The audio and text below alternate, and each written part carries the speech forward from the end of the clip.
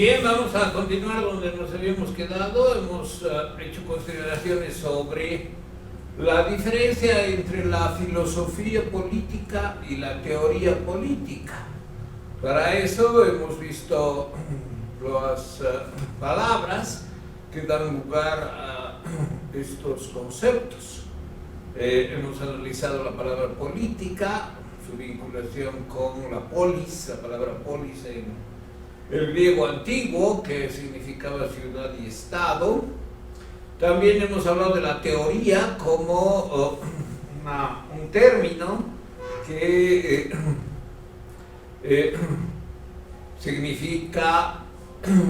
significaba observar, realizar un estudio, meditar, etc. Y cómo hay teoría política y filosofía política. También hemos visto la diferencia entre ciencias políticas y ciencia política, como la diferencia entre gestión gubernamental y políticas públicas. Dijimos que entre las ciencias políticas se debe anotar, por ejemplo, la historia política, la economía política, la antropología política, la etnología política.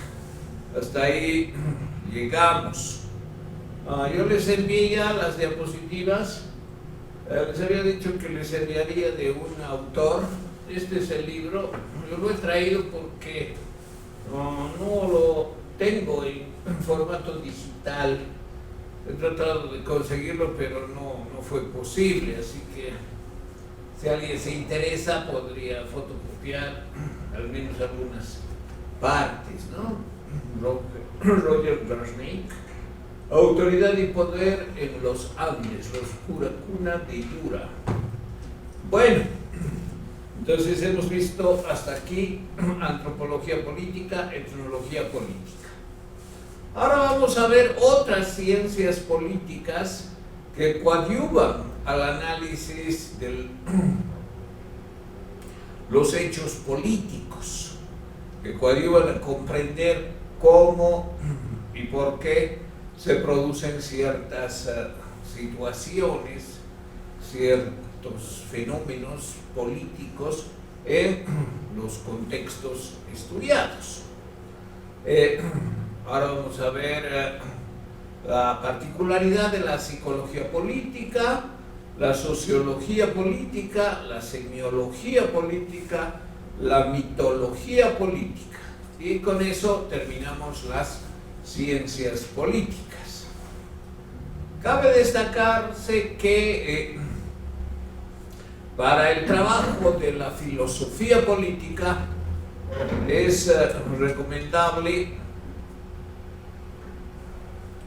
hacer uso de estas ciencias auxiliares que permiten una mejor comprensión desde un punto de vista metodológicamente sólido, teóricamente justificado, de comprensión de los fenómenos políticos. Es decir, por ejemplo, la historia política es muy importante para comprender cierta coyuntura y hacer reflexiones acerca del deber ser en un momento dado en el contexto estudiado. Y así, respecto de estas consideraciones de la filosofía política, cabe también ofrecer en el trabajo de la filosofía política perspectivas vinculadas con las disciplinas auxiliares, por ejemplo, la etnología o la antropología política. Bien, ¿en qué consiste la psicología política y cómo puede coadyuvar tanto a la politología en general como a la filosofía política? La psicología política atiende aspectos evidentemente psicológicos, aspectos psicológicos de los actores políticos. Es decir, puede ser muy útil para alguna manipulación psicológica, es decir, alguna manipulación de los oyentes que escuchan un discurso político, por ejemplo, o el desarrollo de ciertas campañas. Hoy día hay una tendencia en la ciencia, en las ciencias políticas, de desarrollar una intensiva y muy eficaz manipulación de los electores. El mismo hecho de que nos encontremos en una época en que la posverdad tiene tanta valoración muestra que psicológicamente se pueden dar muchas inducciones, es decir, hacer que el electorado vote por A, contra A, por B, o lo que fuere. Y eso no por razonamientos ni fundamentaciones argumentadas, sino por otro tipo de factores, como por ejemplo crear cierta identidad con el líder político, su mensaje, su forma de vestir, su lenguaje y su discurso mismo puede dar lugar a esa intención, es decir, busca crear ciertas emociones, cierta identidad, cierta equiparación al propio hablante de parte del oyente. Y eso, para eso la psicología es muy útil. Es decir, la psicología sirve para manipular, para inducir, para generar reacciones preestablecidas a partir de ciertas acciones políticas y no teniendo en cuenta argumentos, fundamentos, teorías, sino simplemente aspectos subjetivos, emotivos. Eso es lo que caracteriza, como hemos visto, a la época de la posverdad. Ya no se trata de una acción de convencimiento a partir del discurso ideológico, político del líder. Eso quedó muy atrás. Ni siquiera se trata de que el líder se presente de una forma que persuada a que merece ser apoyado, por ejemplo, votando por él. No es ni el discurso ni el líder. En la posverdad es la manipulación de aspectos subjetivos, emociones. Si el hablante logra tocar algunas fibras emotivas de los oyentes, los ha manipulado. Y si esa manipulación se plasma en acciones concretas del electorado, entonces la psicología puede ser muy útil para que eso se realice efectivamente. Y en eso, claro, hay muchos aspectos que se tienen en cuenta. ¿A quiénes están dirigidos los mensajes? De manera que tengan una reacción emotiva. Incluso ni siquiera por los mensajes, sino, como decía, por algunos rasgos del líder, su forma de hablar, su manera de expresar un discurso, es decir, su lenguaje corporal, el énfasis en ciertos aspectos, etc. Entonces, para lograr un efecto psicológicamente persuasivo, y más en la época de la posverdad, en lo que interesa, en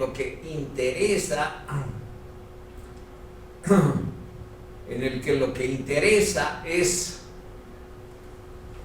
generar reacciones emotivas, la psicología es bastante útil. Entonces, es una ciencia que puede ser manipulada, puede ser empleada para generar reacciones, también para generar acciones, ¿no? Algunos discursos incendiarios que interpelan para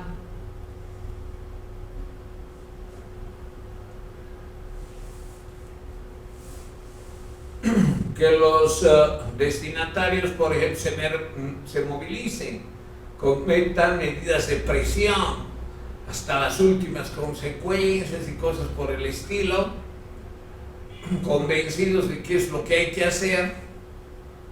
También para eso, para la manipulación de grupos que protagonizarían acciones colectivas, la psicología política es muy útil. Pero por lo demás, también la psicología permite descubrir estas manipulaciones. Es decir, permite la psicología política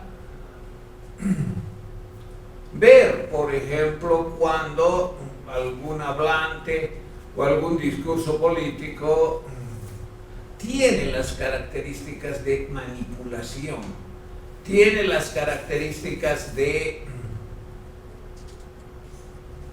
por lo menos, inducción a ciertas acciones, tienen las características, los discursos, los mensajes, incluso los rasgos del lenguaje corporal, etcétera, tienen las características de generar reacciones previstas en los destinatarios.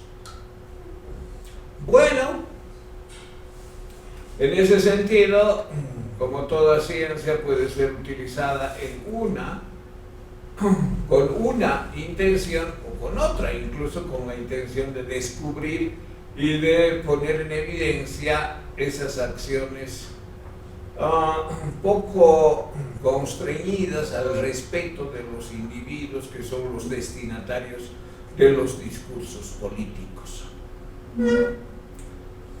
Otra ciencia auxiliar del estudio de los hechos políticos es la sociología política,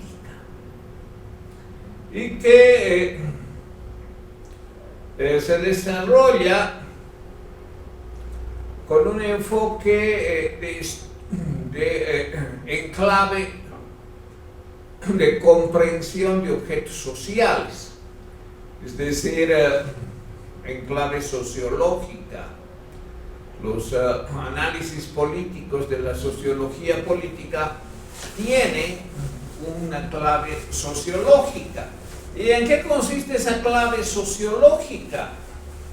En ofrecer ciertas interpretaciones que se dan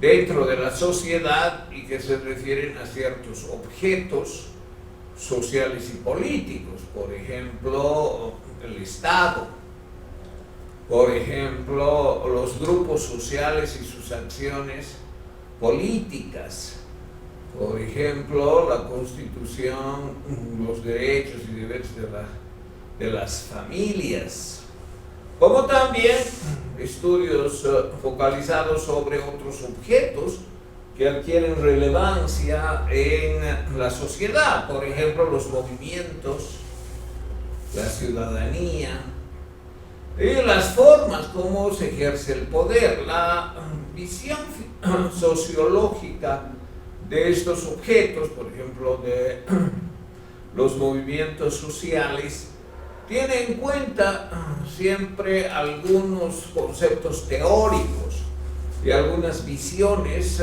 que el autor debería ser consciente. Por ejemplo, si tiene un enfoque marxista, el autor va a ofrecer una visión sociológica del objeto de estudio con ciertos rasgos, por ejemplo, haciendo referencia a la lucha de clases, a la explotación, a la generación de plusvalía, etc. Y en ese sentido, en los enfoques sociológicos, como también en otros enfoques disciplinares, es muy importante la perspectiva teórica e ideológica que el propio investigador o autor tiene para ofrecer una visión determinada de ciertos acontecimientos u objetos de estudio.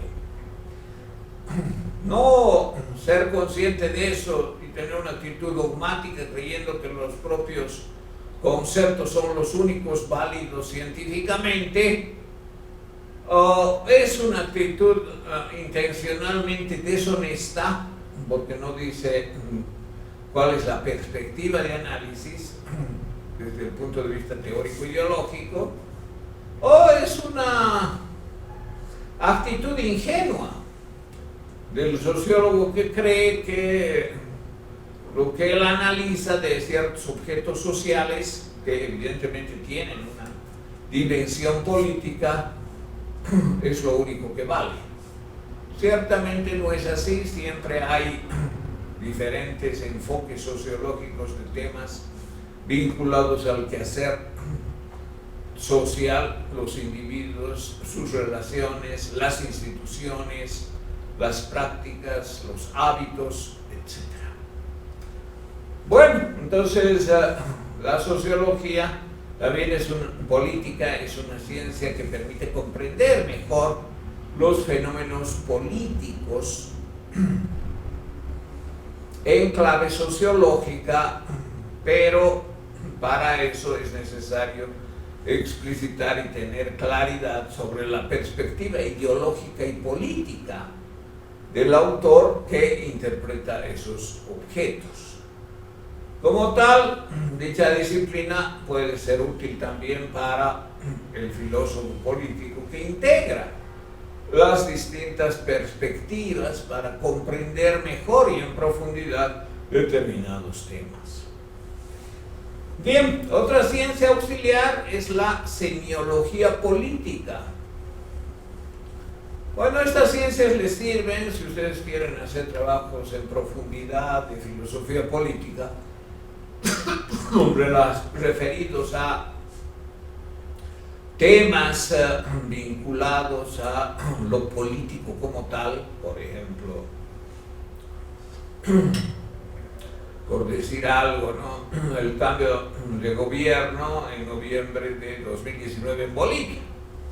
Les puede ser muy útiles para análisis de este tipo, que no necesariamente deben ser politológicos. Naturalmente son en primer lugar politológicos, pero también son o pueden ser filosóficos. Y es por eso que insisto en tener en cuenta estos contenidos. Bueno, aquí tenemos la semiología política, que es otra ciencia auxiliar que permite la comprensión en profundidad de lo político, y finalmente la mitología política.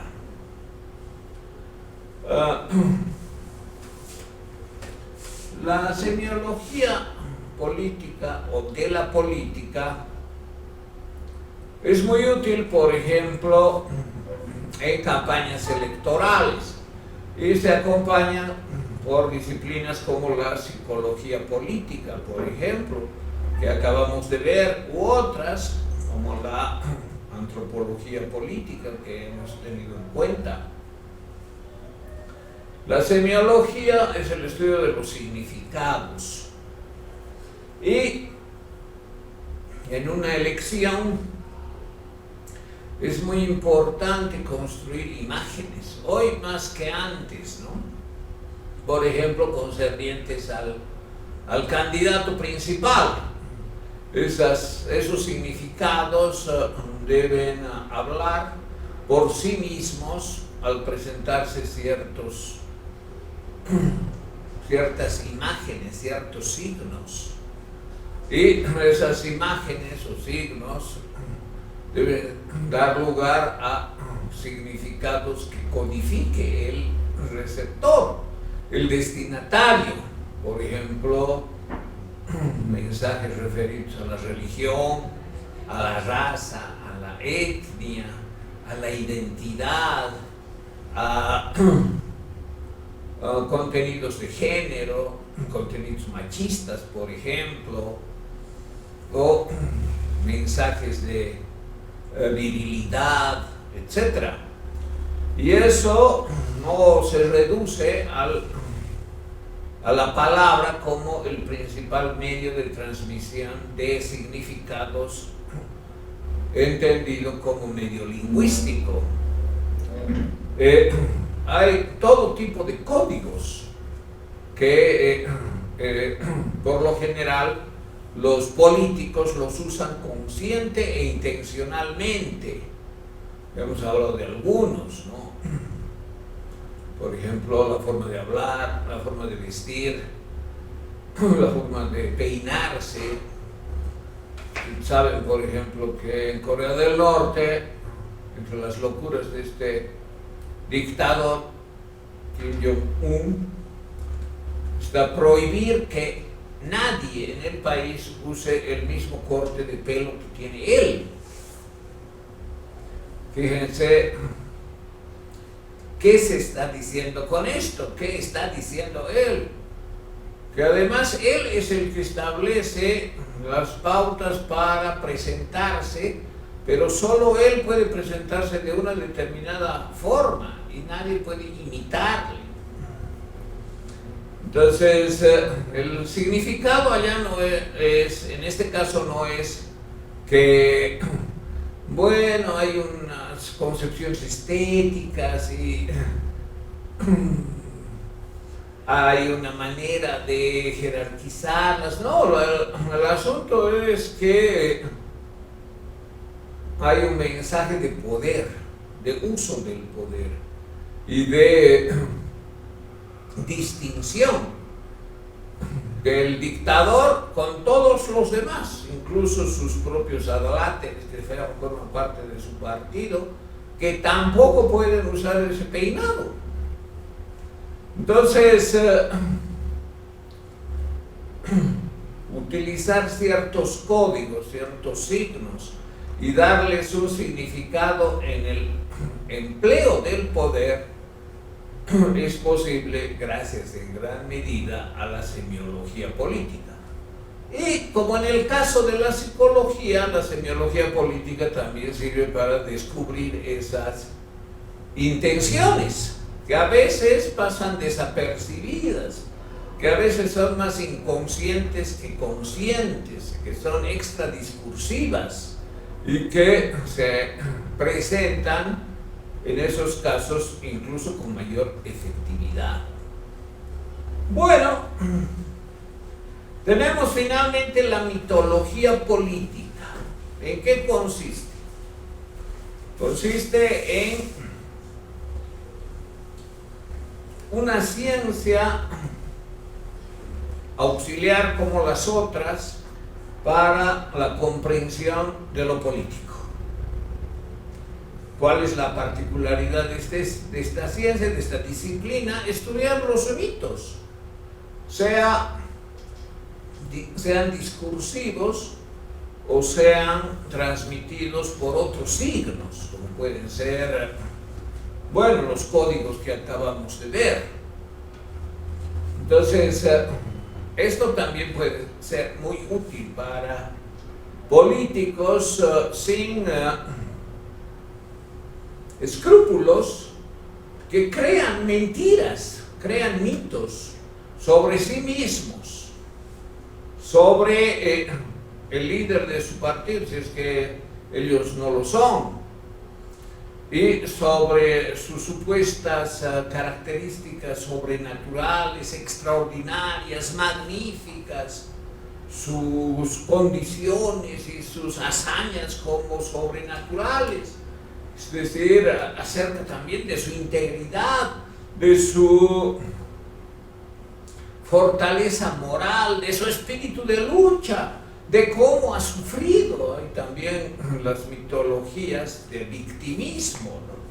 que no solo se aplican a los líderes, sino también a grupos, a etnias, a razas íntegras, creando imágenes de victimismo, de extraordinario valor, todo inventado para generar esas actitudes que hemos visto de adscripción, de emotividad, de identidad de los destinatarios de esos mitos. Estimulan, afectan, dirigen, manipulan los sentimientos, especialmente en la época de la posverdad, donde no valen los argumentos, donde no valen las posiciones ideológicas ni los conceptos teóricos. Cuando aparecen con algún signo de pensamiento, los mitos inmediatamente se los descubre como irracionales y dirigidos a la manipulación política. Y como es obvio, tienden a la manipulación, a la inducción, particularmente a través de la identificación con el líder, y que un grupo determinado tenga una proclividad para aceptar lo que sea y para incondicionalmente no solo mostrar salamería, sino considerar al líder como un ser sobrenatural. Eso conocemos bastante nosotros de los, bueno, casi 2 últimas décadas, ¿no?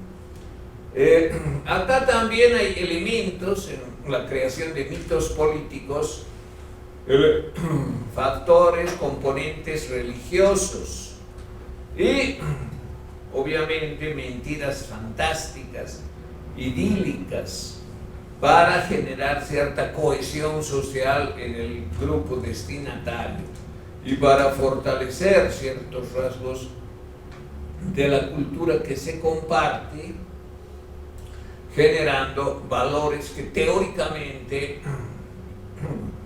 darían coherencia, consolidarían, darían cohesión a los grupos. Bien, entonces con estas 4 disciplinas auxiliares del estudio de la política, útiles tanto para la politología como para la filosofía política, hemos terminado de ver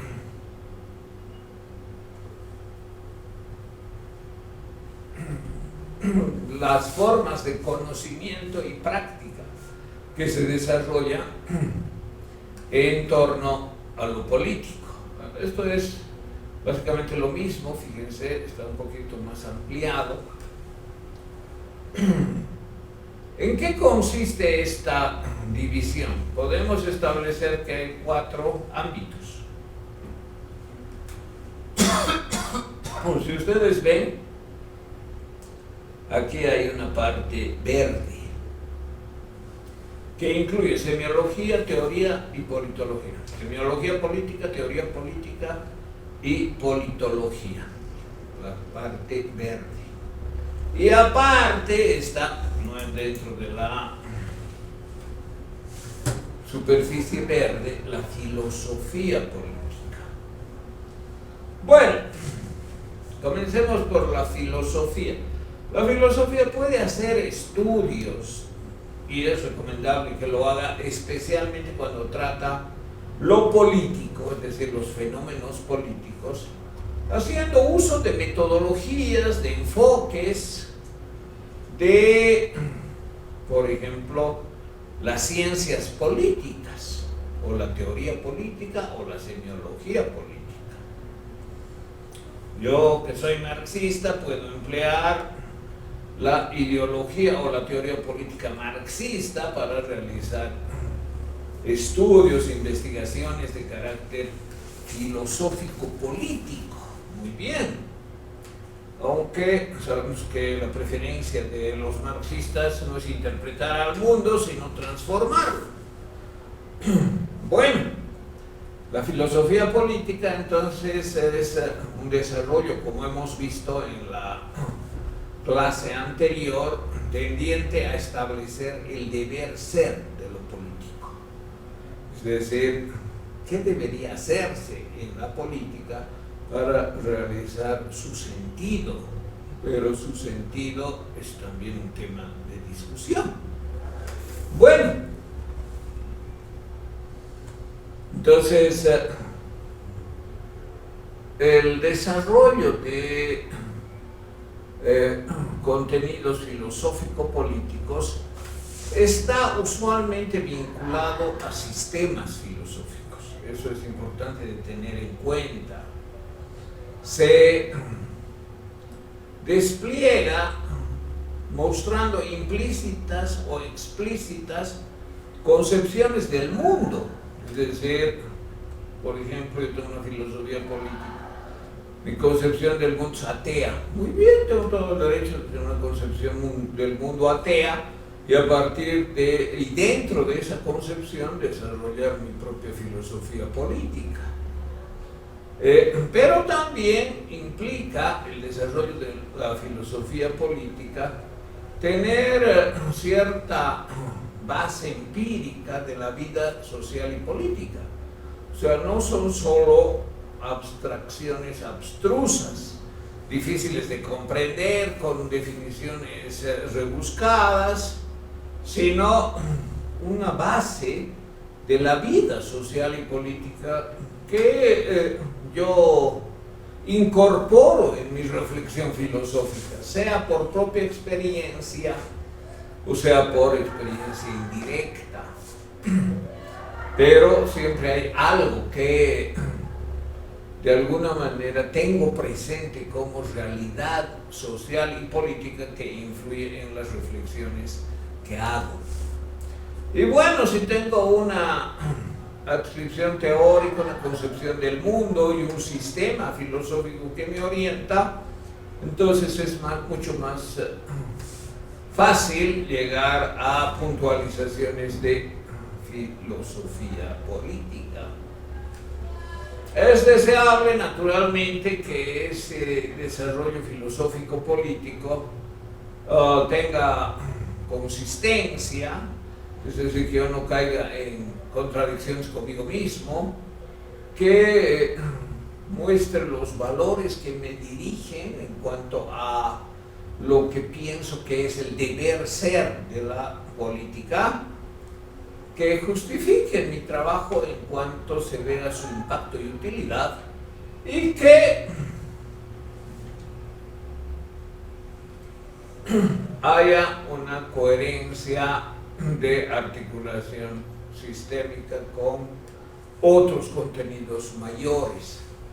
También es posible que yo haga trabajos, investigaciones eclécticas, ¿no? Es decir, que tome de uno, de otro. Bueno, eso es teóricamente legítimo, aunque en esos casos tengo que precautelar la posibilidad de conciliar esos autores, esas tendencias, y de excluir también algunos contenidos que no corresponderían a esa reflexión.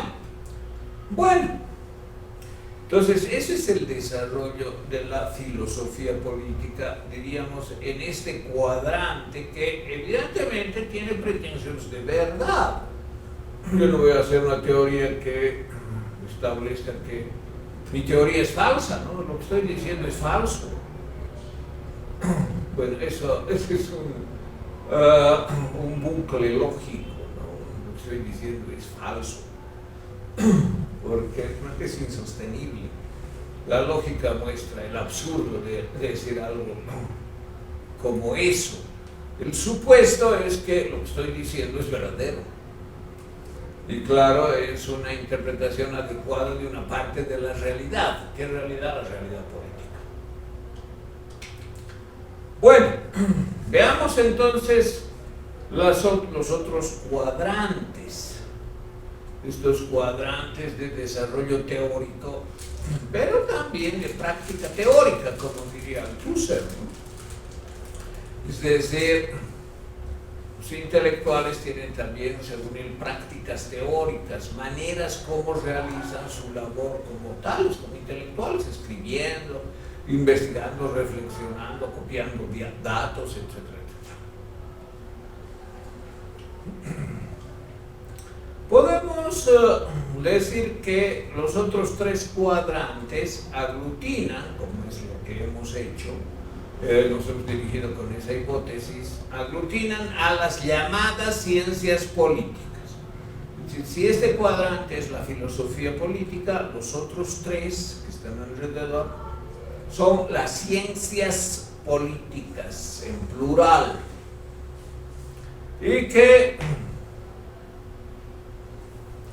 dentro de las ciencias políticas hay diferentes disciplinas. En el cuadro se evidencian cuáles son las disciplinas. La primera disciplina que encontramos es la politología, o también llamada solo ciencia, no ciencias, ciencia política.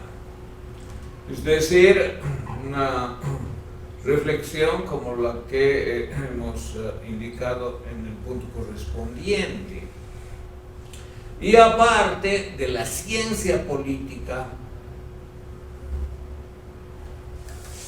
vamos a encontrar otras disciplinas que coadyuvan al estudio de lo político como ciencias políticas. Por ejemplo, antropología política, sociología política, economía política, historia política, cultura política, psicología política, etnología política.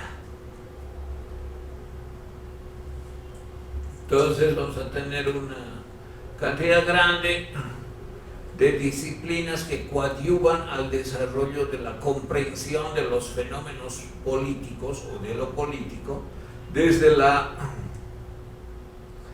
sus perspectivas disciplinares propias, y que confluyen en las ciencias, que confluyen como estudios políticos, pero con claves determinadas. Vamos a comenzar por esto que hemos tratado como lo último. Hay algunas disciplinas que se focalizan sobre temas más, diríamos, simbólicos, culturales, los significados, la manipulación, la inducción, la creación de discursos étnicos, de exclusión y de fortalecimiento de las identidades. Esas disciplinas están más vinculadas, como hemos visto, con la mitología, es decir, con la creación de apariencias, imágenes, significados que no corresponden a la realidad. Aparece el líder como cuando era niño, era un superdotado, pero que por no tener dinero no pudo aprobar ningún curso. Cosas así, ¿no? Absurdas, hiperbólicas, que solo los adláteres se regocijan con semejantes mentiras, a veces muy mal hilvanadas. Entonces, el desarrollo de la mitología política con ideas, creencias, supuestos, propósitos de manipulación, de fortalecer la posverdad sin argumentos, sin razones, sino solo con reacciones subjetivas, es este cuadrante que puede desarrollarse estudiándolo científicamente. Es decir, yo puedo como psicólogo estudiar cómo un líder manipula psicológicamente a sus seguidores, por ejemplo. Y otro colega mío, un psicólogo, puede ser su asesor, diciéndole qué mentiras va a inventar para generar ciertas reacciones. Este cuadrante entonces de las ciencias políticas, y que estudia los actos y los hechos y que puede dar lugar también a generar nuevos hechos, es de los imaginarios, de ideas construidas con el propósito de engañar, mentiras, creencias, supuestos, identidades, etc. Es la mitología política. Bueno, el segundo cuadrante, este que está aquí, es muy grave que en las concepciones del mundo del filósofo prevalezca una concepción mítica del mundo, ¿no? Es decir, que el filósofo crea en las mentiras del político. Eso ya, de hecho, da lugar a dudar de su madurez, muestra su tendencia ingenua, o en el peor de los casos, su adscripción por interés, cualquier tipo de interés, de poder, de dinero, de posición o lo que fuera. Entonces, cuando el filósofo hace estudios, interpretaciones, reflexiones de lo político, es recomendable que se mantenga crítico ante las concepciones del mundo de la mitología política, ante las concepciones que la mitología política crea, construyendo mundos fantásticos, construyendo discursos etéreos, contenidos falsos, mentiras, mentiras, mentiras. Y es eso lo que caracteriza a los regímenes populistas. Lo que caracteriza, entre otros rasgos, es la creación de esos mensajes de adscripción de identidad de los destinatarios con el hablante o con la entidad que difunde esos mensajes. Puede ser el partido político. Miente, miente, miente, que algo queda. Goebbels, ¿no? Ministro de propaganda de Hitler. Bueno, el siguiente cuadrante es el cuadrante de la teoría y la ideología, que como hemos visto no es lo mismo que la mitología. O sea, la ideología son colores de las gafas con las que veo el mundo, colores de las gafas que me permiten compartir con otra tribu, con una tribu a la que yo pertenezco, una manera de entender las cosas, de percibir las cosas. Siempre es la percepción teóricamente cargada, como hemos visto de Kuhn, la teoría de los paradigmas de Kuhn. Entonces eso, claro, es legítimo, ¿no? Legítimo desde qué punto de vista, de que no está manoseada por intereses censurables. La mitología está manoseada por esos intereses. Quiere resultados rápidamente y altos, ¿no? Ganemos esta elección, vamos a decir que nuestro candidato es hijo de Dios. Bueno, fíjense, ¿quién cree eso? Nadie, por supuesto. Pero tienen el cinismo de hacerlo, de decir eso, y en una población ignorante eso puede caer muy bien y gana. Entonces la ideología no está censurada moralmente como lo está la mitología política, en cuanto a instrumentación de mentiras para beneficios faccionales, es decir, beneficios de grupos.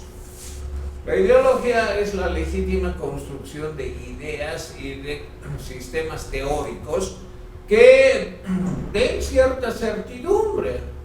Yo como marxista puedo estar totalmente convencido de que va a haber un momento en que en mi país va a producirse la revolución proletaria. Bueno, puede estar, ¿no? Yo conocí a personas que sinceramente creían eso. Claro, después se han dado cuenta de que,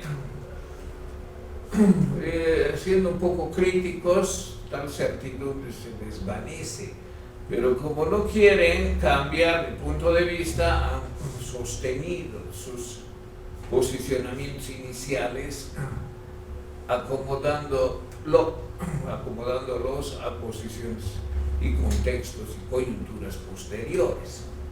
Entonces, la ideología política, que se nutre de conceptos, que construye teorías políticas, se puede también desarrollar en clave antropológica, sociológica, económica, histórica, etc. Y en ese sentido es perfectamente legítima su construcción, precautelando de que no sea dogmática. El gran peligro de toda ideología es su dogmatización, es decir, su sacralización. Se convierte en un conjunto de posiciones, conceptos y teorías sagradas que hay que defender hasta la muerte, que hay que realizar hasta la muerte. Esa obstinación, que a veces es fingida y que tiene un propósito también de manipulación, si es sincera, da lugar a evidenciar a quien la tiene, esa actitud dogmática, también como una persona de poco conocimiento, porque cuanto más se conoce, uno se vuelve, por decir así, menos dogmático. Se da cuenta que frente a cualquier conocimiento hay muchos otros diferentes y contrarios y contradictorios, y no es que los constela en un sistema en el que yo tengo la verdad y lucho contra todos los pensadores políticos errados. No. Hay una actitud más relativista, una actitud más, diríamos, dialógica, pese a que uno puede sostener sus propias certezas ideológicas. Y eso, en la medida que está articulado de manera teórica con solidez, es más, diríamos, consistente. En la filosofía política marxista, lo que hemos visto, quien ha tenido la mayor realización en cuanto a productos intelectuales ha sido Althusser. Bueno, y finalmente el último cuadrante es el de la ciencia política estrictamente. Ya no son las ciencias políticas, que es toda la parte verde, ¿no?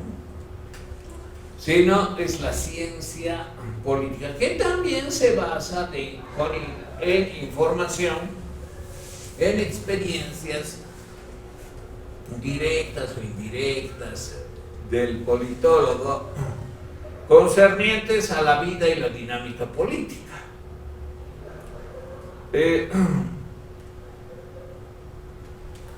Esto está más vinculado con la práctica política. Es decir, el politólogo como tal, si desarrolla conocimiento académico sobre lo político, se va a nutrir, va a alimentar su estudio de la ideología política, la teoría política, de varias ciencias también. Y eventualmente, de acuerdo a lo que estudie, puede hacer uso de la psicología política, la cultura política, la etnología política, etc. Pero en cuanto el politólogo es más consejero de los políticos, consultor o como se llame, y por cuanto los políticos tienen enunciados objetivos primarios, en primer lugar, claro, ganar el poder, hacerse del poder, llegar al gobierno, o por lo menos mantenerlo. Entonces el politólogo realiza más una práctica de asesoramiento y de elaboración de discursos que sin duda con mayor o menor ilustración, con mayor o menor conocimiento, con mayor o menor uso de las ciencias auxiliares de la política, expresan esos discursos saberes, es decir, contenidos que son útiles para articular nuevas posiciones. Y en ese sentido, la politología, siendo parte de las ciencias políticas, tiene más una dimensión práctica de apoyo a las acciones de los políticos que académica. La tarea académica está más dentro de este otro cuadrante, que es el de la teoría política y de la ideología política, e incluso de este, cuando este no es para manipular, sino para descubrir las manipulaciones académicamente. En el primer cuadrante, a la filosofía política le corresponde una concepción, como hemos visto, más desde el deber ser, y que por lo tanto también puede aproximarse a las claves de las disciplinas, por ejemplo la antropología política, la semiología, etcétera, para dar más solidez a su propio trabajo. Bueno, entonces estas son las formas de conocimiento y práctica que las hemos desarrollado con mayor detalle en la siguiente diapositiva. Hemos terminado, muchas gracias por su atención. Acabamos el tema correspondiente, el cuarto bloque temático del sílabo. Si alguien tiene alguna pregunta, algún comentario,